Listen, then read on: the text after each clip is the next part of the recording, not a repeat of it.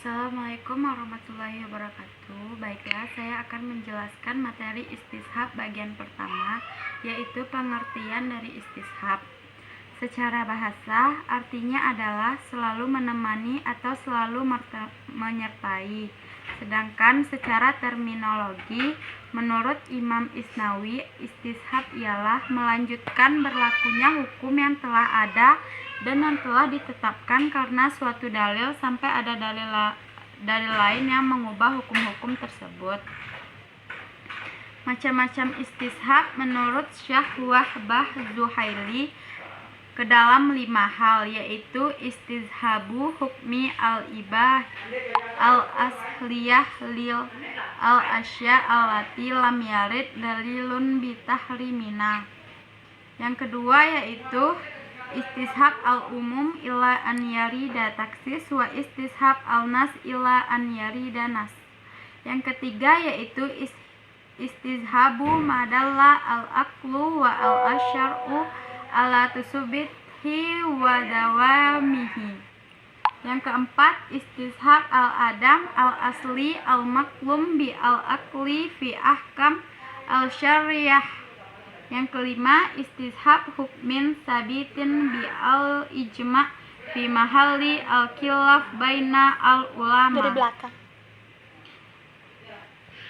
Selanjutnya adalah syarat istishab. Ada 5. Yang pertama, penggunaan istishab telah mengerahkan seluruh kemampuannya untuk mencari bukti yang merubah hukum yang semula ada.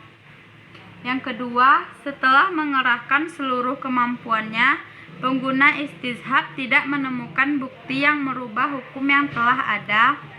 Yang ketiga, hukum lama yang dijadikan sebagai pijakan istishab benar adanya, baik dari dalil syar'i ataupun dari dalil akal, artinya bukan hanya sekedar dugaan. Yang keempat, hukum lama yang dijadikan sebagai pijakan istishab bersifat mutlak atau umum. Yang kelima, tidak terjadi kontradiktif antara istishab dengan nas yang ada. Bila terjadi kontradiktif antara keduanya, maka yang didahulukan adalah apa yang tertera pada nas, karena nas memiliki kekuatan hukum yang lebih tinggi dibandingkan dengan istishab.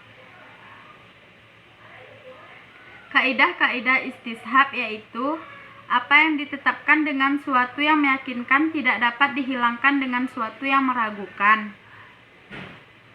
Pada dasarnya seluruh hukum yang sudah ada dianggap berlaku terus sampai ditemukan dalil yang menunjukkan hukum itu tidak berlaku lagi. Pada dasarnya dalam hal-hal yang sifatnya bermanfaat bagi manusia, hukumnya adalah boleh dimanfaatkan. Pada dasarnya seseorang tidak dibebani tanggung jawab sebelum adanya dalil yang menetapkan tanggung jawab orang yang bersangkutan. Baiklah, hanya itu yang dapat saya sampaikan di materi pertama. Assalamualaikum warahmatullahi wabarakatuh. Assalamualaikum warahmatullahi wabarakatuh.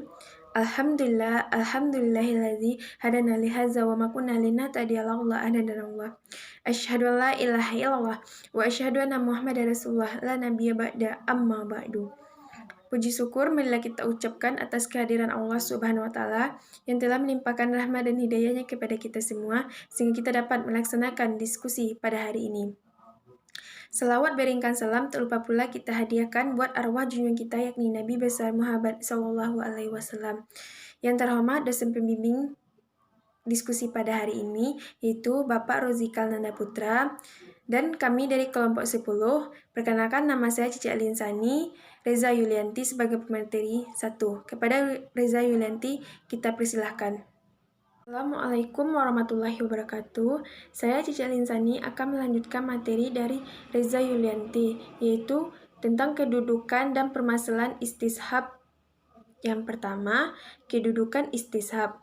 Banyak ulama yang menjelaskan bahwa secara hierarki ijtihad, istishab termasuk dalil atau pegangan yang terakhir bagi seorang mujtahid setelah ia tidak menemukan dalil dari Al-Quran, Al-Sunnah, Ijma' atau Qiyas.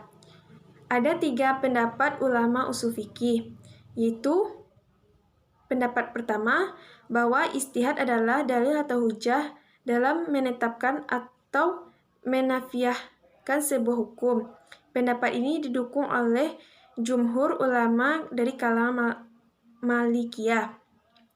Yang kedua, bahwa ijtihad tidak dapat dijadikan sebagai hujah secara mutlak, baik dalam menetapkan hukum atau menafikannya.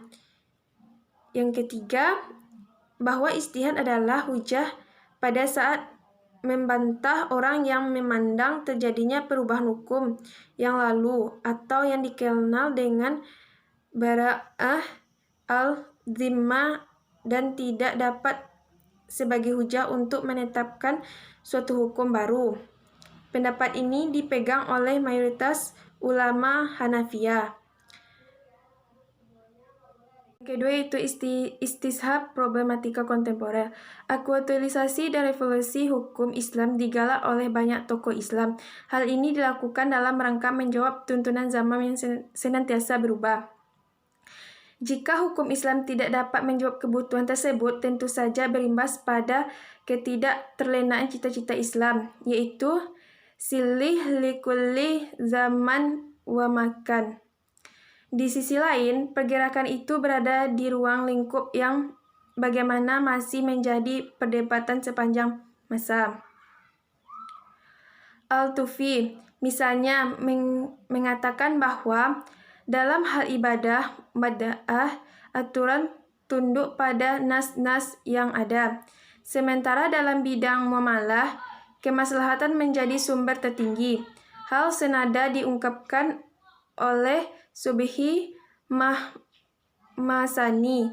Pembaruan hukum Islam dapat dilakukan dalam bidang muamalah, sedangkan dalam bidang ubudiyah, ketentuan nas menjadi mutlak digunakan. Sekian, terima kasih. Assalamualaikum warahmatullahi wabarakatuh.